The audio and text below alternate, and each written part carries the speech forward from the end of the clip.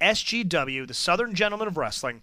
People just don't talk about it enough. They don't. People look all the way back to, remember NWA and AWA, but you got to remember there was so many. You're forgetting. One you're forgetting, a key portion in wrestling history. Yep. SGW, the Southern Gentlemen of Wrestling. They had wrestling events a la a Starrcade, a Survivor Series. Okay, we are ambassadors of this too often forgot. I won't let it die. Nope. I will not let it die. The way What's His Nuts on YouTube keeps IPW alive, we keep the candle lit. For SGW. We do the same for our beloved SGW. We do. And we wanted to do some recaps of some of their events, of which they had many. But there were certain ones that stood out above others. I mean, they had their, obviously, Barnyard Stampedes, Quarrel at the Quarries, Battle in the Bridge, but they did a one-and-done in 1984 called Comeuppance. Comeuppance at the Armory in Gum Branch, Georgia. Look it up. Gum Branch, Georgia. I dare you to tell us that's not a real town. Fact check Andy. See if he's wrong. I dare you to fact check that town name. Gum Branch. Gum Branch, Georgia. The Armory, 1984. This was a 4-match bill that ended way better than it started out. Oh, yeah. Yeah, they started with some just sort of sloppily put together stink match. They half-assed some real sloppily thrown together stuff. This was during a rough portion in SGW that while the brand was riding high in the Southern Territories, some cats were injured. Adam Gray had been badly busted up by snubs. But they still had some great upper-level talent, but they're lower-tier curtain jerkers, I guess you would call them. Had to fill the void. And they were bad. It was not good. There were some guys making it on pay-per-view that you're like, really? Why is this Maven fighting Jamie Noble right now? Okay?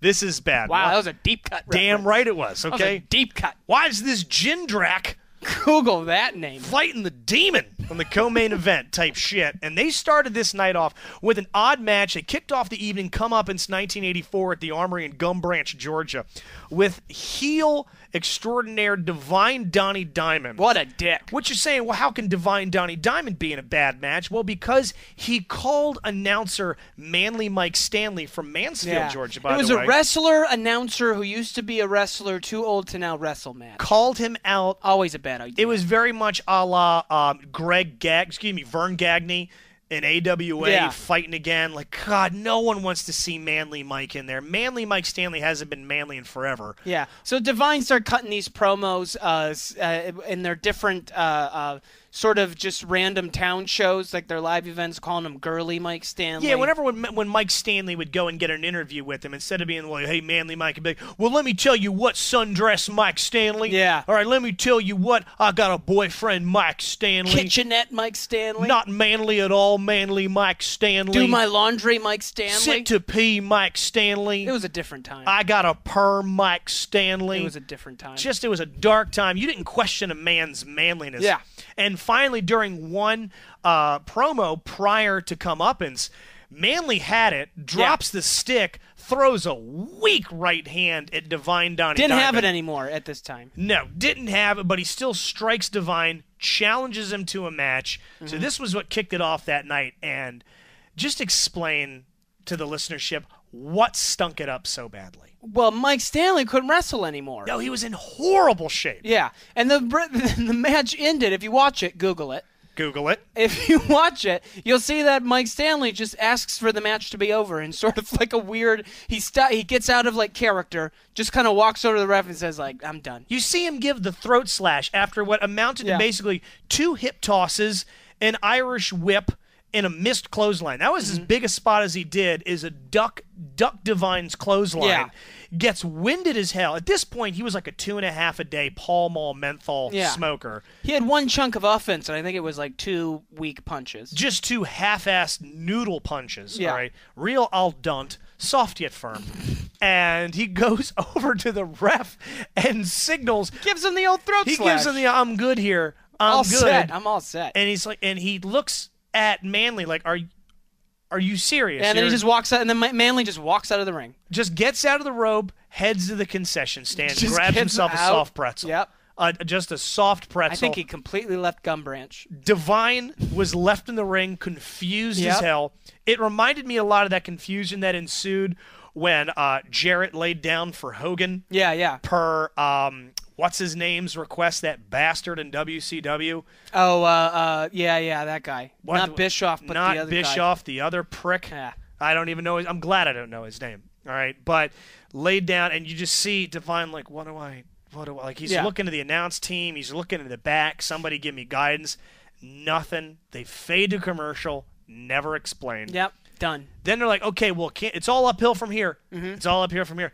No, the F it isn't. Nope, they got their two sloppiest wrestlers. Two slop jobbers in a feud that wasn't even a feud. Like, they didn't set it up at all. There was no setup. People are like, okay, I guess we're going to get to the tag team match tonight. Nope, they kicked it off. Second match of the evening, a Comeuppance 1984. The Bumblebee Sting Phillips versus Cool Beans Cecil Green. Now, Cool Beans Cecil Green, he reminds me of a wrestler that I'm currently a huge fan of. Don't even say it or I'll shatter your goddamn kneecaps. Pump that music. Jesus, here it comes. He was like an early version of what became, when completely thought out, the first Funkasaurus. Let's just call him the first Funkasaurus. Okay, Patient Zero Funkasaurus, okay? The first incident of Funkasaurus, Cool Beans Cecil Green, a sloppy man in his own right. He did kind of a dance thing, but it was more like, it was sloppier. It wasn't as polished as Funkasaurus. Well, this was in 84, so he's doing like these break dance moves. He did like a pop and lock. He did like a robot that was awful. He tried to do like the twirl around motion. They couldn't afford, SGW did not have the budget WWE had. They did not have backup dancers. None.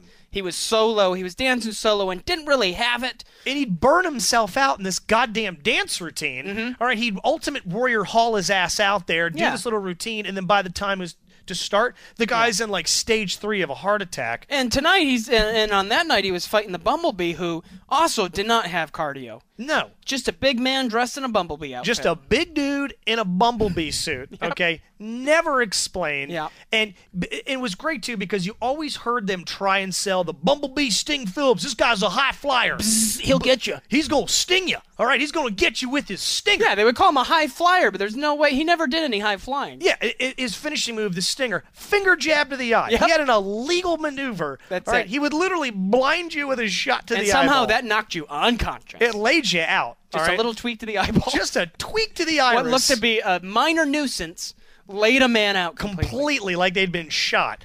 And you see this guy is constantly being sold high-flying Bumblebee Sting Phillips. Never saw him climb beneath the first rope. Yeah. Never saw him even come anywhere near climbing the top turnbuckle. Yeah. But the event got better. I mean, it ended strong. Okay, so after botch spot after botch spot. After a rough start where people were reaching for the clickers. Real bad stuff. Stinger, Cool Beans goes down 1, 2, 3. People are starting to leave the armory. Yeah. In Gum Branch, Georgia. Look it up. Upset. Look it up. Real town. They right the ship. They right the ship. We've got some audio right now. This was the first title match of the evening. It was the Woodsman, Skillsaw Jack McGraw, and Treetop Danny Royal. They were the champions at the time. Versus our favorite. Our favorites, Gay Dennis and Twirlin' Bob Earl, the Wonderfuls. The Wonderfuls. And the Wonderfuls just banged out a sizzling promo. Man, could they cut a promo. They could. We got some audio of that. Let's give that a listen right now. We're here live at Comeuppance. Tag team titles on the line tonight between the Wonderfuls, Gay Dennis and Twirlin' Bob Earl, taking on the Woodsman, Skillsaw Jack McGraw, and Treetop Danny Royal. Twirlin' Bob, how do you think the match is going to go?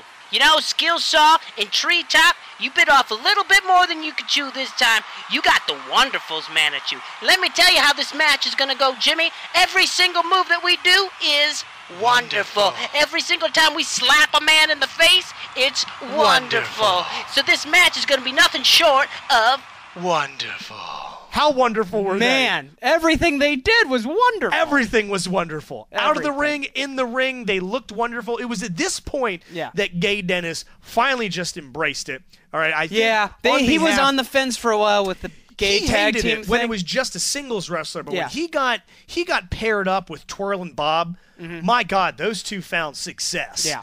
And obviously the Woodsman, who eventually went on to be the Royal Knights, I think a couple years later. Yeah. Skillsaw Jack McGraw, Treetop Danny Royal. These guys are at their best. Yeah. And they were like tough, well-built dudes. Oh, they were big, gnarly dudes. Yeah, the Wonderfuls were a little smaller, more high flyer. No, they were more they're more high flying types that, unlike Bumblebee, he actually did some high flying. Yeah. These guys. I loved the Woodsman had this one move I thought was great where they'd connect hands like they were doing a big saw.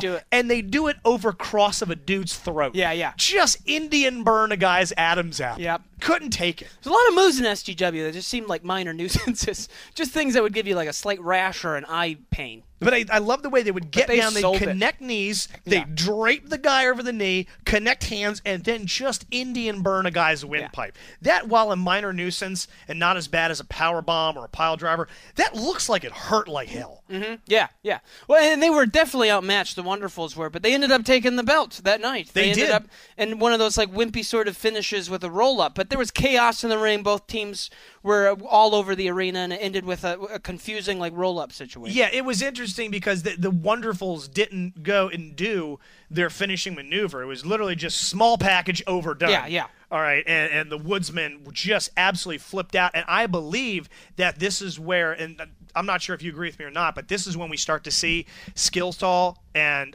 Treetop, Danny Royal. This is when Royal started to get a little heelish because he immediately shoved Skillsaw. This is when they start getting a little shovey. This was the beginning of the end for the Woodsman. Exactly. This is when they would go on to team a little while, but this is when you first saw them start to crack. Yeah. All right, the way you saw the Rockers with Jannetty and Michaels after they lost a couple, and you see Michaels start floating away, okay, and you don't see Treetop come out there in his Woodsman gear much anymore. He starts coming out there a little prissy. Well, it really went down when Skillsaw Jack McGraw knocked down the tree that Treetop Danny Royal was in. Remember that whole thing? That was their the big incident. Heartbreak Hotel. Yeah. That was when, hey, no, we're fine. Look, I'm at the base of the tree. I'm at the base of old Granddad Redwood. Granddad Redwood. Climb on up there, Danny. And then while they're looking up there, you see Skillsaw just reach into some bag. No one knows why the hell he brought it. Saw cut through. We're going to talk about that another time because that was a whole big deal. That was a whole big thing. That was a whole thing. That led into a whole royalty. Yep. But the reason this was called Comeuppance,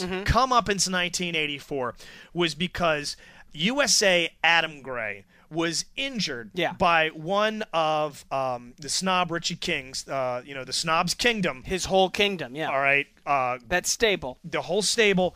They had the bear trap, took him out of action.